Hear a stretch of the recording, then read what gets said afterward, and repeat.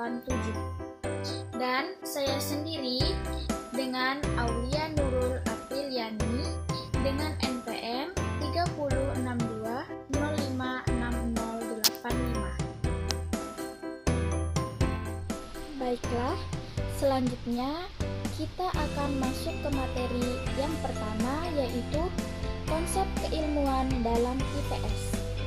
A. Hakikat pendidikan IPS di SD.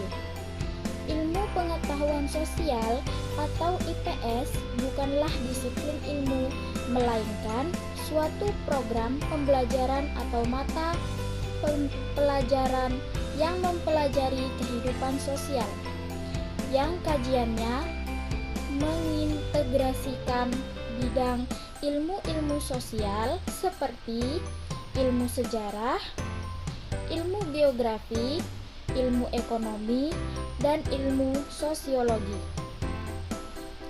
dan juga mengintegrasikan bidang humaniora seperti aspek norma, nilai, bahasa, seni, dan budaya. B. Tujuan pendidikan IPS di SD.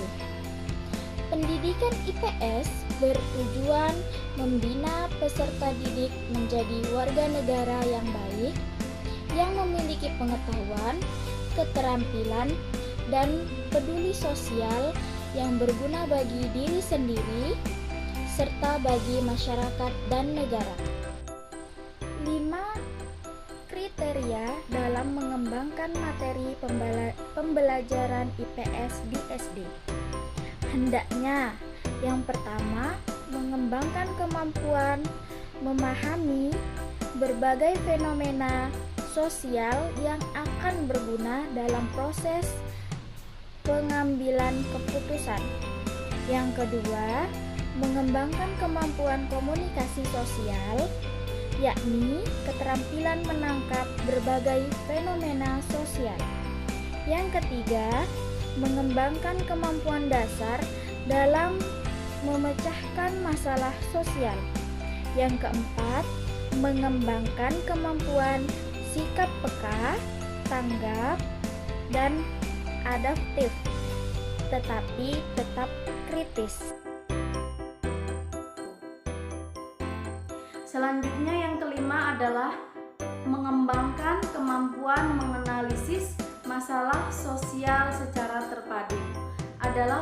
Adapun fungsi ilmu pengetahuan sosial sebagai pendidikan yaitu yang pertama, membekali peserta didik dengan pengetahuan sosial yang berguna yang dapat diterapkan dalam kehidupan sehari-hari.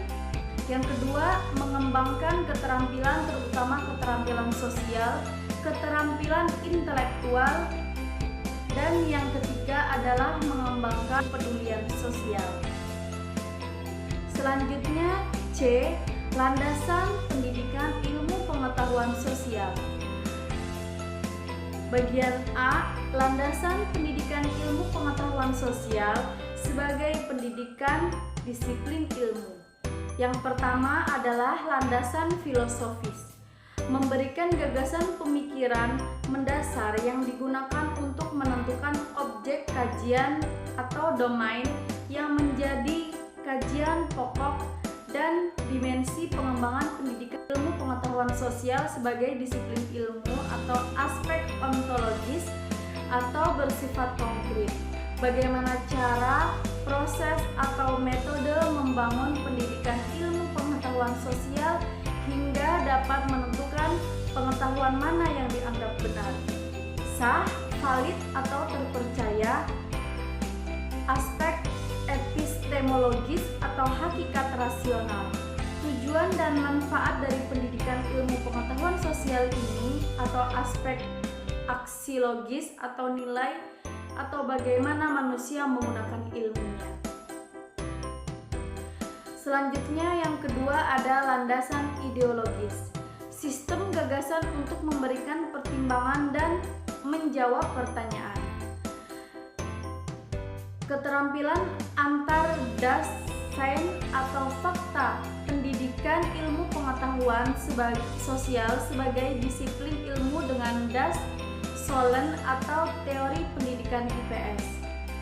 Selanjutnya, keterkaitan antara teori-teori pendidikan dengan hakikat dan praksis etika, moral, politik, dan norma-norma perilaku dalam membangun dan mengembangkan pendidikan ilmu pengetahuan sosial. Selanjutnya, landasan sosiologis.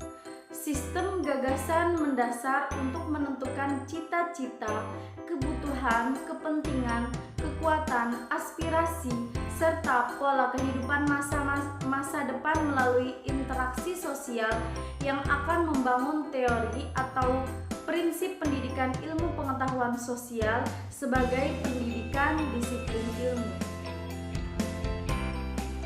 Selanjutnya, landasan antropologis.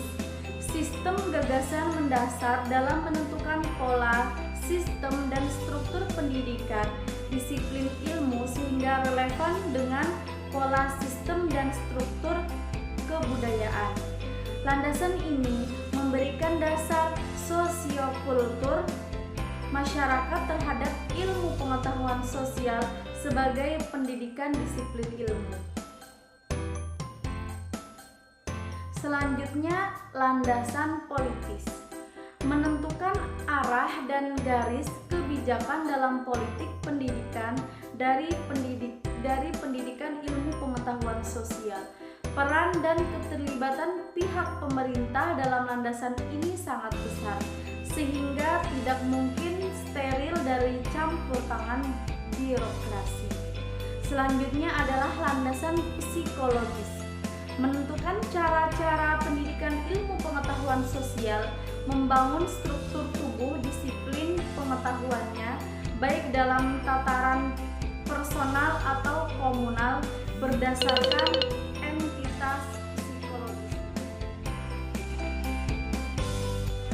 Landasan Legius tentang nilai-nilai, normal, etika, dan moral yang menjadi jiwa atau ruh yang melandasi pendidikan IPS, khususnya di Indonesia.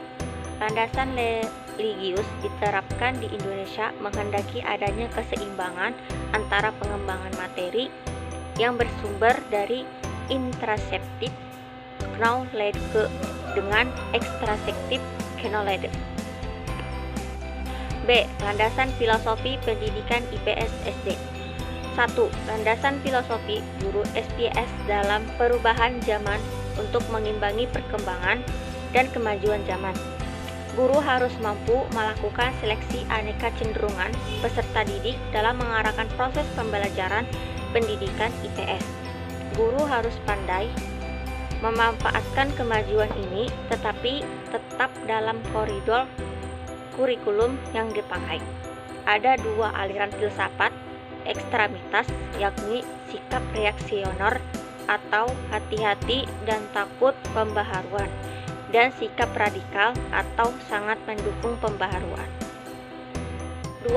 Landasan filosofi pengembangan kurikulum pendidikan IPS. Pendidikan IPS di SD merupakan suatu sistetik antara disiplin ilmu pendidikan dan disiplin ilmu sosial. Maka pengembangannya diarahkan untuk tujuan pendidikan khususnya pendidikan dasar. Pada tahap penyajiannya harus disesuaikan dengan landasan edukatif pendidikan IPS di SD. Artinya, materi yang diberikan harus dilakukan proses penyederhanaan dengan mempertimbangkan psikologis atau tingkat kematangan peserta didik.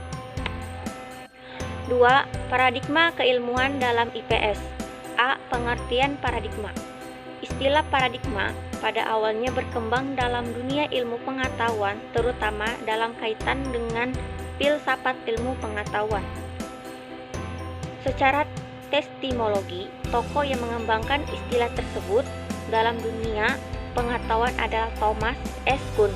Inti sari pengembangan paradigma adalah suatu asumsi-asumsi dasar dan asumsi-asumsi teoritis yang umum atau merupakan suatu sumber nilai, sehingga merupakan suatu sumber hukum-hukum, metode, serta penerapan dalam ilmu pengetahuan sehingga sangat menentukan sikap, ciri serta karakter ilmu pengetahuan itu sendiri. B. Paradigma IPS. Paradigma IPS adalah model atau kerangka pikiran pengembangan IPS yang diwawancanakan dalam kurikulum pada sistem pendidikan Indonesia.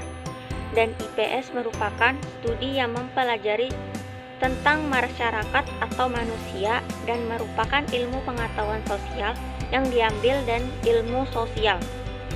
Ada 3 istilah yang termasuk bidang pengetahuan sosial, yaitu ilmu sosial atau social sciences. Yang kedua, studi sosial atau social studies. Dan 3, ilmu pengetahuan sosial atau IPS. 3. Filsafat yang berlaku di lingkungan sekitar mahasiswa. Filsafat secara bahasa berasal dari kata Filipia yang berarti persahabatan atau cinta, dan sopi berarti kebijaksanaan atau kreatifan. Sedangkan secara harfiah, filsafat berarti pencinta kebijaksanaan. Jika ditinjau secara historis, filsafat mencangkup inti dari segala pengetahuan.